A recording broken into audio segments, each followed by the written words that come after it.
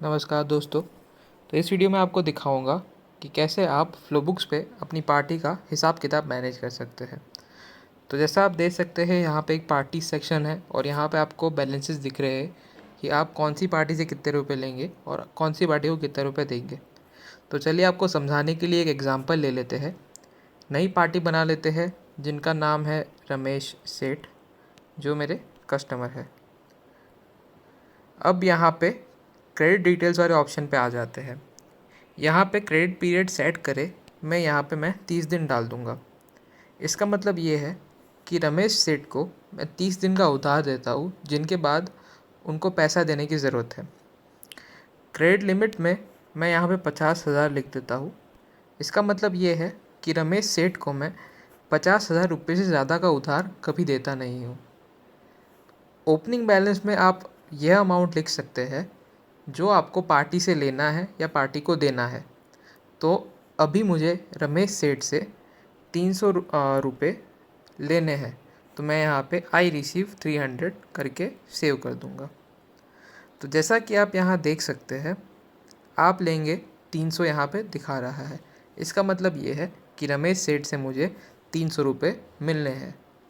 अब मैं आपको दिखाता हूँ कि रमेश सेठ के लिए एंट्रीज़ बनाने पे हिसाब में क्या फ़र्क होता है। तो सबसे पहले बिल बना लेते हैं। मैं यहाँ पे उनको आइटम बेच देता हूँ जिसका नाम है डाबर आलमंड हेयर ऑयल। समझिए कि एक आइटम 100 रुपये की है और मैं बेच रहा हूँ क्वांटिटी 50। तो यहाँ पे 5,000 रुपये हो गए। ये मैं क्रेडिट पे मतलब उधार पे सेल कर रहा हूँ। उधार पे सेल करने पे मैं यहाँ पे सेव कर दूँगा। तो जैसा कि आप देख सकते हैं, इनवॉइस बन चुकी है और अब डन मारते ही मुझे यहाँ पे दिखेगा कि मुझे रमेश सेठ से 5,300 रुपये लेने हैं। इसका मतलब ये है कि 5,000 रुपये इस इनवॉइस के जो मैंने उधार पे दिए थे वो लेने हैं। तो इनवॉइस यहाँ पे आप देख सकते हैं कि आज की तारीख पे बनी हुई है और 7 दिन में ड्यू है, मतलब 7 दिन में मुझे इसका पेमेंट लेना है। और इसके अलावा ये जो 300 रुपये एक्स्ट्रा दिख रहे हैं वो ओपनिंग बैलेंस था जो मैंने पहले डाला हुआ था। तो अब देखते हैं कि अगर कस्टमर ने आपको इनवॉइस की पार्शियल पेमेंट मतलब थोड़ी बहुत पेमेंट कर दी है तो वो कैसे मैनेज करेंगे।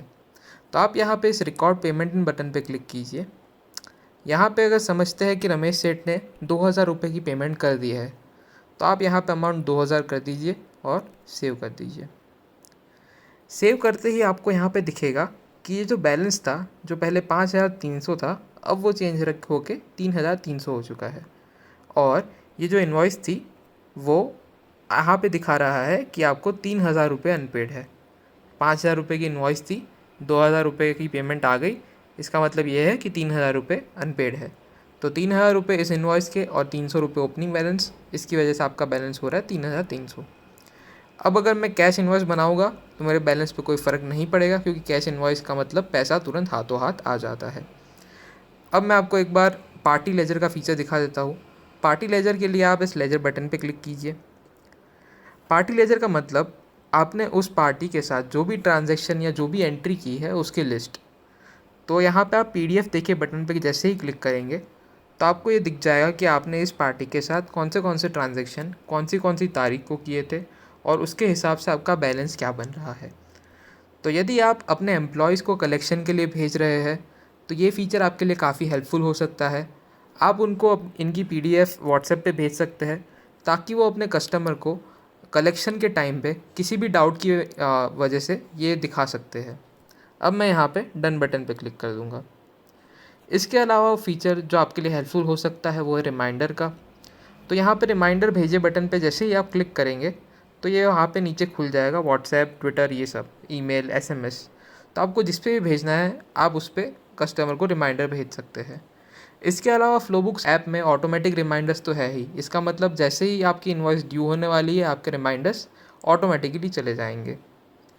अब मैं आपको दिखाता हूँ कि सप्लायर है तो सप्लायर का रिमाइंडर कैसे सेट करेंगे। तो यदि आपका कोई सप्लायर है या फिर कोई ऐसा कस्टमर है जिनको आपको पैसा देना है तो उनके लिए आप कैसे रिमाइंडर खुद के लिए सेट कर सकते हैं। तो जैसा कि आप यहाँ देख सकते हैं कि निशित भट्ट नाम का कोई कस्टमर है जिनको मुझे 6,500 रुपये देने हैं। अभी मेरे पास 6,500 रुपये है नहीं, तो मैं इसके लिए रिमाइंडर कैसे सेट करूँगा। तो तो आप यहाँ पे देख सकते हैं मुझे याद दिलाइए का बटन यहाँ पे आ चुका है। जैसे ही आप उस पर क्लिक करेंगे आपको यहाँ पे डेट सिलेक्टिंग का ऑप्शन दिख जाएगा। मैं यहाँ पे 30 तारीख सेलेक्ट कर दूँगा और ओके दबा दूँगा।